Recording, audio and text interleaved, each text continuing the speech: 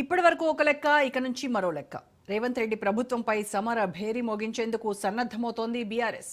6 గ్యారంటీల అమలుపై పోరుబాటకు సై అంటోంది. ఇప్పటికే కొత్త ప్రభుత్వానికి ఏడాది సమయం ఇచ్చారు గులాబీ దళపతి.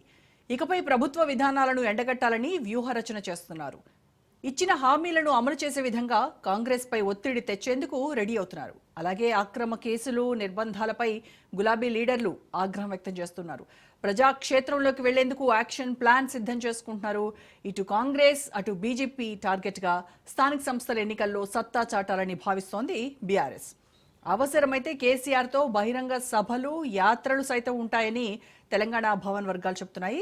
మరింత సమాచారం మా ప్రతినిధి చిదంబర్ లైవ్ లో అందిస్తారు. చిదంబర్, బీఆర్ఎస్ కార్యాచరణ చాలా పక్కాగా ప్లాన్ చేసుకుంటున్నారు. ఒక ఏడాది టైం ఇచ్చారు కాంగ్రెస్ గవర్నమెంట్ కి. ఇక ఆ ఏడాదిలో ప్రభుత్వ వైఫల్యాలు ఏవైతే ఉన్నాయో వాటన్నింటినీ బేస్ చేసుకుని ప్రజల్లోకి వెళ్ళాలి, వాటన్నింటినీ ఎండగట్టాలనేటువంటి ప్రయత్నం ముమ్మరం చేశారు. సో ఎప్పటి నుంచి ఈ కార్యాచరణను అమలు చేయబోతున్నారు?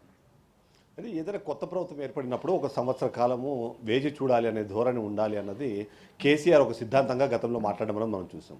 అందుకు అనుగుణంగానే సంవత్సర కాలం పాటు ఎదురు చూసాము. సంవత్సర కాలం తర్వాత వైఫల్యాలతో పాటు మరికొన్ని కారణాలు మాకు కనిపిస్తున్నాయి. ప్రజల్లోకి వెళ్ళి రేవంత్ సర్కార్ని ఎండగట్టడంతో పాటు కాంగ్రెస్ పార్టీ ఏదైతే ఇచ్చిన హామీలు కానివ్వండి, ఇప్పుడు నిలబెట్టుకున్న పరిస్థితుల్లో ఏమాత్రం పొందడం లేదు అనే విషయాన్ని ప్రజల్లోకి తీసుకెళ్లడం ద్వారా గత 10 ఏళ్ల పాటు ఏదైతే బీఆర్ఎస్ పార్టీ ప్రభుత్వాన్ని ఏర్పాటు చేసే క్రమంలో కానివ్వండి, అంతకుముందు ఉద్యమ పార్టీగా ఉన్నప్పుడు ప్రజల్లోకి వెళ్లే క్రమంలో కానీ ఎలాంటి ఉద్యమ పందాన్ని అయితే ఎంచుకుందో అదే ఉద్యమ పందాన్ని మరొకసారి ఎంచుకునే ప్రయత్నం చేయబోతోంది అన్న హింట్ అయితే ఇప్పటికే ఇచ్చినట్టుగా మనకు అర్థమవుతుంది. అందులో ముఖ్యంగా చూస్తే మాత్రం ఇప్పటికే నలువైపుల నుంచి 4 లీడర్లను మోహరించేందుకు సిద్ధపడుతున్నట్టుగా మనకు అర్థమవుతుంది. అందులో ముఖ్యంగా చూస్తే ఓవైపు కేసీఆర్ ఇప్పటివరకు బయటికి రాలేదు, కానీ కేసీఆర్ ఇప్పటికీ ఎప్పుడు బయటకు వచ్చినా సరే తను ఖచ్చితంగా తన స్టైల్ ఆఫ్ ప్రజెంటేషన్ కానివ్వండి, లేకపోతే తన స్టైల్ అనేది చాలా ఖచ్చితంగా అగ్రెసివ్గా ఉంటుందన్నది ఆల్రెడీ చెప్పే ప్రయత్నం చేశారు. ఇప్పటికే ఓవైపు హరీష్ రావు, మరోవైపు కేటీఆర్, మరోవైపు కవిత, 3 వైపుల నుంచి ఇప్పటికే దానికి సంబంధించిన డిస్కషన్ స్టార్ట్ చేశారు.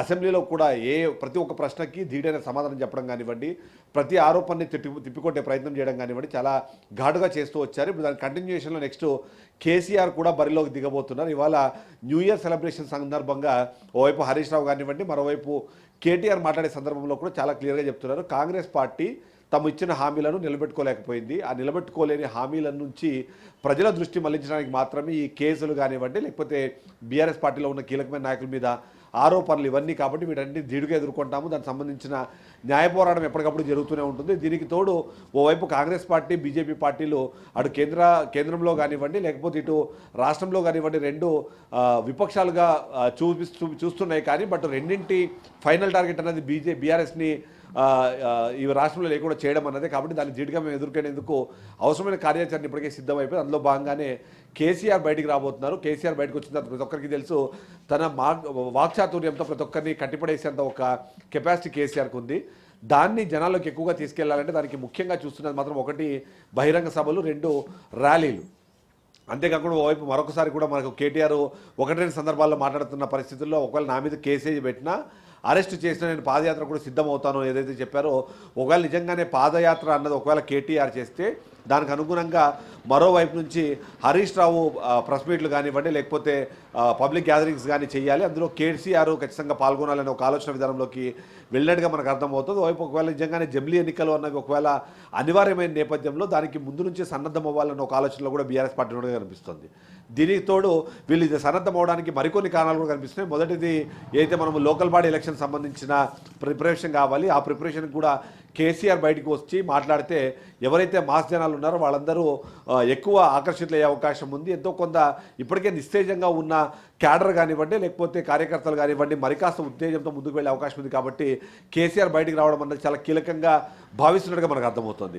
ఏ విధంగా చూసినా సరే కేటీఆర్ కొద్దిగా క్లాస్ జనాల్లో బాగా ఉంటారు, కాబట్టి మాస్ జనాల్లోకి వెళ్ళి హరీష్ రావును కూడా తీసుకురావాలనే ప్రయత్నం చేస్తున్నారు. దీనికి తోడు కవిత కూడా మహిళలను కానివ్వండి, లేకపోతే మహిళలకు సంబంధించిన ఇష్యూస్ అన్నింటినీ తను టేకప్ చేయడం ద్వారా మరొకసారి ప్రజల్లోకి వెళ్ళి ఆలోచన చేస్తున్నారు. అంటే ఇవన్నీ చూస్తే మాత్రం ఖచ్చితంగా చాలా స్ట్రాంగ్గా ముందుకు వెళ్ళాలని ఆలోచనలో ఉన్నారు. దానికి కేసీఆర్ అన్నది ఫైనల్ అస్త్రంగా భావిస్తున్నారు. ఆయన బయటకు వచ్చిన తర్వాత ఇప్పటిదాకా ఉన్న లెక్క వేరు, ఆయన వచ్చిన తర్వాత ఉండే లెక్క వేరు అన్నదాన్ని వాళ్ళు చాలా సింబాలిక్గా చెప్పే ప్రయత్నం చేస్తారు. అందుకు అనుగుణంగానే కార్యాచరణ కానివ్వండి, పర్యవసానాలు కనిపిస్తున్నట్టుగానే వాళ్ళు విశ్లేషించే ప్రయత్నం చేస్తున్నారు. రాజా, చిదంబర్, అయితే కేసీఆర్ ఎంట్రీతో నిజంగా సీన్ మారేటువంటి పరిస్థితి ఉందా? ఎందుకంటే ఇటు కాంగ్రెస్ ప్రభుత్వం చూస్తే బీఆర్ఎస్ నేతలను కేసుల మీద కేసులు పెడుతూ ముప్పేట దాడి చేస్తున్నటువంటి పరిస్థితి మనం చూస్తున్నాం. అలాగే బీఆర్ఎస్ హయాంలో జరిగినటువంటి అవినీతి ఏదైతే ఉందో అది చాలా క్లియర్గా ప్రజల్లోకి వెళ్లేలాగా వాళ్ళు వ్యూహాలు రచిస్తూ ఉన్నారు కాంగ్రెస్ ప్రభుత్వం. ఈ నేపథ్యంలో మరి కేసీఆర్ ఎంట్రీ ఏ మేరకు బీఆర్ఎస్కు ప్లస్ అయ్యేటువంటి అవకాశం ఉంది? అంటే అదే మనం మొదట చెప్పుకున్నట్టుగా కేసీఆర్ బయటకు వచ్చిన తర్వాత తన వాక్చాతుర్యం కానివ్వండి, తను రేజ్ చేసే పాయింట్స్ కానివ్వండి, తను ఏదైతే అంటే ఒకదానికి లాజికల్ పాయింట్స్ బయటకు తీసుకొచ్చి మాట్లాడే ప్రయత్నంలో కానివ్వండి, అతను ఖచ్చితంగా ప్రజలను ఆకర్షిస్తారు. దానికి తగ్గట్టుగా గతంలో మనం చూసాం, ఉద్యమ సమయంలో కూడా ఎలాంటి ఆరోపణలు వచ్చినా సరే, అంతేకాకుండా అప్పుడు ప్రభుత్వంలో అధికారంలో ఉన్న కాంగ్రెస్ పార్టీ ఎలాంటి విషయాల్ని బయటకు తీసుకొచ్చినా సరే వాటికి లాజికల్గా ఆన్సర్లు చెప్పే ప్రయత్నం చేశారు. వాటి కన్క్లూజన్స్ అన్ని లాజికల్గా ప్రజలకు అర్థమయ్యే విధంగా, ప్రజలు యాక్సెప్ట్ చేసే విధంగా తను మాట్లాడిన సందర్భం చూసాం. ఇదే ఒకదాన్ని మరొకసారి రిపీట్ చేసే అవకాశము కేసీఆర్కు ఉందనే భావనలోనే బీఆర్ఎస్ ఇవాళ మనకు కనిపిస్తుంది. ముఖ్యంగా చూస్తే కేసీఆర్ గత సంవత్సర కాలం నుంచి బయటికి రాకపోవడము, బయటకు వచ్చి ఒకటి సందర్భాల్లో తను మాట్లాడే మాటలు కానివ్వండి, లేకపోతే ప్రెస్ మీట్ల సమయంగా తను చేసే మెన్షన్స్ ఏవైతే ఉన్నాయో ఖచ్చితంగా ప్రజలను ఆలోచింపజేస్తున్నాయన్న దాన్ని బీఆర్ఎస్ పూర్తి స్థాయిలో నమ్ముతోంది. ఇక ఉద్యమ సమయం నుంచి మొన్నటిదాకా రాజకీయ పార్టీగా ఉన్నప్పుడు కూడా ఎప్పుడూ ప్రతిపక్షాలను, అంటే అప్పుడు ప్రభుత్వంలో అధికారంలో ఉన్నప్పుడు ప్రతిపక్షాలను మాట్లాడడానికి అవకాశం లేకుండా కొద్దిగా హార్ష్గా కానివ్వండి, అలాగే అగ్రెసివ్గా తన స్పీచ్ల్ని కంటిన్యూ చేయడం అనేది మనం రెగ్యులర్ చూస్తూ వచ్చాం. దాన్ని మరొకసారి కంటిన్యూ చేసే అవకాశం మనకు కనిపిస్తుంది. అందులో భాగంగానే కేసీఆర్ ముందుకు వెళ్తారు అన్నది. ఇక ఇప్పటికే ఏదైతే అవినీతికి సంబంధించిన ఆరోపణలు వస్తాయి, అవినీతికి సంబంధించిన ఆరోపణలని ఇవి కేవలం ఆరోపణలు మాత్రమే, వాటి తేల్చే అవకాశం కానివ్వండి, వాటిని ప్రూవ్ చేసే ఛాన్స్ కానీ లేదు అన్నది ఇప్పటికే కేటీఆర్ మాట్లాడుతున్నారు. ఎందుకంటే మనం ఓవరాల్గా చూస్తే 2-3 ఇష్యూస్ ఇక్కడ క్లియర్గా చూసుకోవాలి. మొదటిది లిక్కర్ స్కామ్లో ఏదైతే కవిత అరెస్ట్ అయిందో, కవిత బెయిల్ సందర్భంలో కూడా బీజేపీ పార్టీ ఆమెను అరెస్ట్ చేయాలన్న ఉద్దేశం కేవలం ఎన్నికల ప్రణాళికలో భాగంగా మాత్రమే అరెస్ట్ చేసింది. ఆమె మీద ఎలాంటి ఆధారాలు దొరకలేదు, కేవలం ఆరోపణలు మాత్రమే ప్రజల్లో తీసుకెళ్లే ప్రయత్నం చేసింది. ఇప్పుడు తర్వాత నెక్స్ట్ వచ్చినది మనకి ఫోన్ ట్యాపింగ్ కేసులో ప్రభాకర్ రావు దగ్గరకు వచ్చేది ఆగిపోయింది. హరీష్ రావు దాంట్లో బుక్ చేస్తారంటూ ఒక విశ్లేషణ వినిపించినా సరే దాని వైపు ఇంకా ఒక్క అడుగు కూడా ముందుకు వెళ్ళే పరిస్థితి మనకు కనిపిస్తుంది.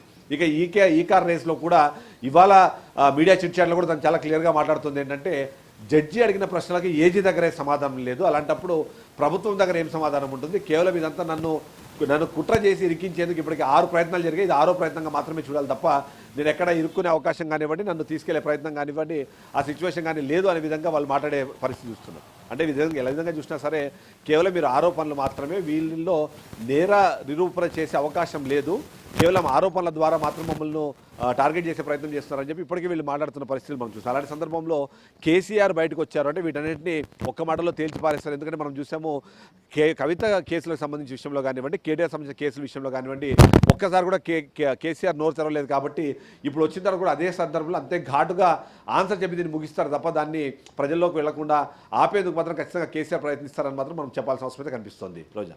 Right, thank you Chidambar.